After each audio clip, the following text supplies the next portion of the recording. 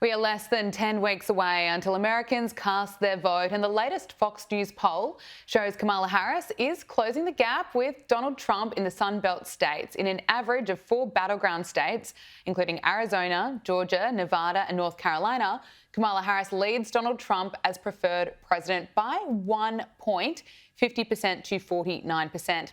Let's bring in Michael Kroger, Sky News contributor. Michael, thank you for joining us. What do you make of the polls at this point in the election? Well, look, this is an even money bet. It's a 50-50 bet right as we speak. It depends on Harris. It depends on how her interview goes on CNN in the next few days. It depends on whether she does other interviews.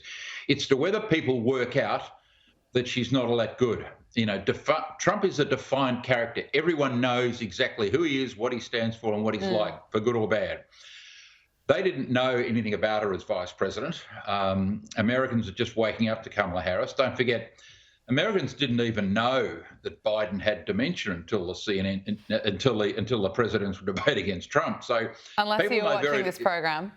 Unless you're watching this program, Fox News in America or GB News in England, you had no idea this bloke had dementia, which just shows you how uninformed so many people are in America. Yeah. Most people know nothing about Harris. When she's been asked about, her achievements, people have had no idea. They know nothing about her. And all they've seen over the last month, Gab, is this laughing, friendly, nice woman who the hard left media speak well of. That's all I know about her. And until such time as she's been subject to a number of interviews where people realise, hang on, this is pretty much an empty suit. This person can't be president of the United States of America. She's going to continue to do well on the polls because, it looks good, sounds good, but isn't good. So that CNN debate is critical. Absolutely. Well, we might see that change because she is going to give her first interview after 40 days of being the nominee tomorrow. How do you think she'll go?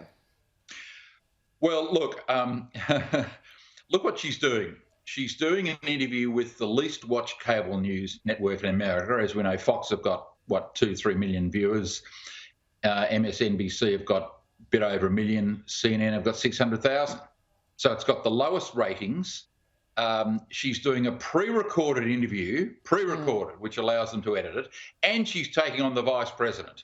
You couldn't have a bigger security blanket than all of those three things put together. So how will she go?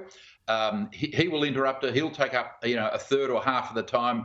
They are trying to protect her with a friendly audience, a pre-record, and him on the stage as well. No, what she needs is an interview with a serious journalist who's going to ask her the hard questions about her record, about her policies, etc. So even though under extreme pressure, the Harris campaign have buckled and said, of course, we have to give an interview. Imagine in Australia or England if the Prime Ministerial candidates weren't giving interviews on a daily or every second day. I mean, in Australia, and in other Western countries, this wouldn't be tolerated. People would laugh at the thought that you can hide someone for 40 days running for the most powerful office in the world. So if she does more and more interviews, then her vote will continue to decline, right? The gloss will come off, she will decline, and Trump will win. So they've been hiding it. Everyone on the inside knows they've been hiding it, and they've done an excellent job so far. Well, speaking of hiding people, President Joe Biden's missing. He's been spotted tanning at the beach. Look, he's almost at the end of his presidency. Why is he taking time off now? Well, of course, he probably doesn't have much to do. He hasn't been running America for these last 3.5 years. We know that. I mean, sad though it is, he's in mental decline, as everybody knows, and he's just having a bit of a holiday. But basically, his staff have been running the country for 3.5 years. Who knows who they are, but they've been running the joint for 3.5 years. Yeah. She's clearly not doing any work. She's running for president. So America's just sort of on autopilot at the minute for the next 6 months until this presidential election's resolved, Gab. No, it's laughable, but then it's not funny because it's quite dangerous. Sad. Absolutely. Sad. And look, sadly, this hasn't taken very long to get going again. What we're seeing at elite American colleges, once again, they're becoming places for anti-Semitic messages to be promoted. Anti-Israel activists used red spray paint to deface a building at Cornell University in New York, I should say, while massive protests were held on the first day of class.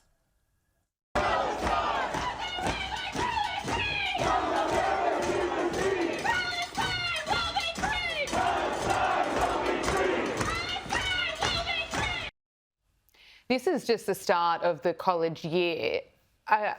Are you concerned that we might see an escalation like we saw these protests turn quite violent just a few months ago? Yeah, there probably is. There are going to be more demonstrations, but this one seemed to be much smaller, and I think you'll find at the other colleges they're smaller because, look,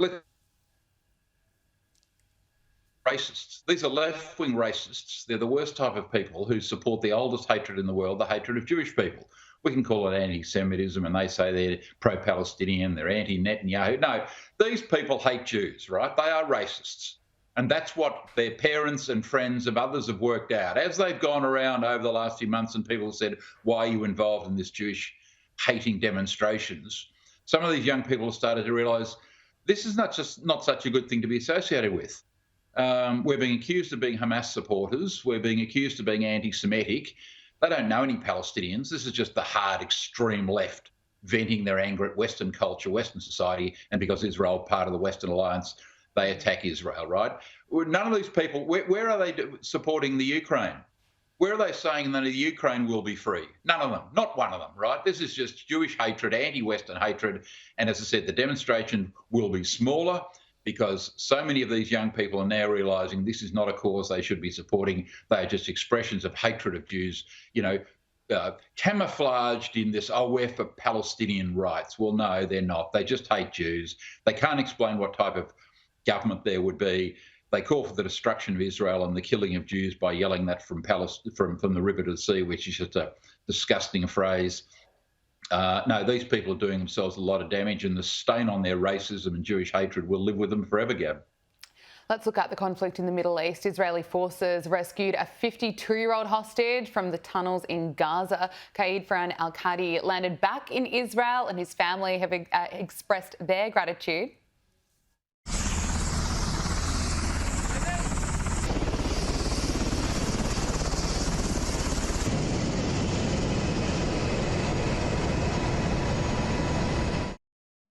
It's pretty amazing seeing that footage, and it certainly gives us some hope and some reason to celebrate, but it's also an important reminder that we need all the hostages back. Absolutely. There's still 106 there, and you've been to Israel, as I have this year, to see the trauma and anguish that these families are going through. What an extraordinary rescue. One man was just on his own that the Israelis found. Just fantastic news, but there's still 106 to go. And why aren't these demonstrators at Cornell, by the way, yelling, free the hostages? Yeah. What we've seen in the Middle East is Hamas, and in Gaza, Hamas use innocent Palestinians as human shields. That's all they are. They're just fodder. That's why they hide in people's homes. They hide in hospitals and schools and under them. And the Palestinians who've been killed are just, this is Hamas's fault and nobody else's fault. But wonderful to see this person rescued after all these months, Gab. Just your thoughts on how this is all Hamas's fault. Is that your response to the news today that at least 10 Palestinians were killed in a major operation by Israeli forces in the north of the West Bank? Israeli security forces said that they begun a counter-terrorism operation. What's your response? Well, what's clear now from all the international press is that Iran are funneling weapons through intermediary countries, Iraq and Syria, through to these Palestinian activists on the West Bank. And they're arming them as much as they can to create more strife for Israel. And as always, Israel has to defend itself against Palestinian terrorism.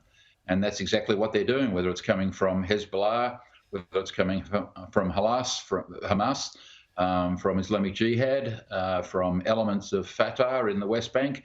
Israel's got to defend itself. And as usual, innocent Palestinians get killed because we see these militants hiding out in people's homes. That's what these people do. Yahya Sinwar famously said not so long ago, was reported as saying, well, these innocent Palestinians get killed. That's just, part of the game we play. That's, if they get killed, it's helpful to Hamas because it creates outrage in the West and outrage amongst these, ignorant young students at Cornell and other universities. So, of course, Israel has to defend itself. When the Jenin, camp is not that far from Tel Aviv. I mean, it's a very small country. And of course, Israel has to defend itself. It has no choice. And finally, the Israeli military launched what it called a preemptive strike against Hezbollah in Lebanon just a few days ago, as the Iran-backed militant group said it carried out its own attacks in response to the killing of a top commander. How much longer can Hezbollah fight back while so many of its leaders have been killed? Well, for quite a long time. It has a huge amount of weaponry, and when one leader gets killed, someone else comes along, which is why, as we all know, you'll never wipe out Hamas, and Netanyahu knows that. But what he's trying to say to the Israeli population is, we'll kill as many of these terrorists as we can.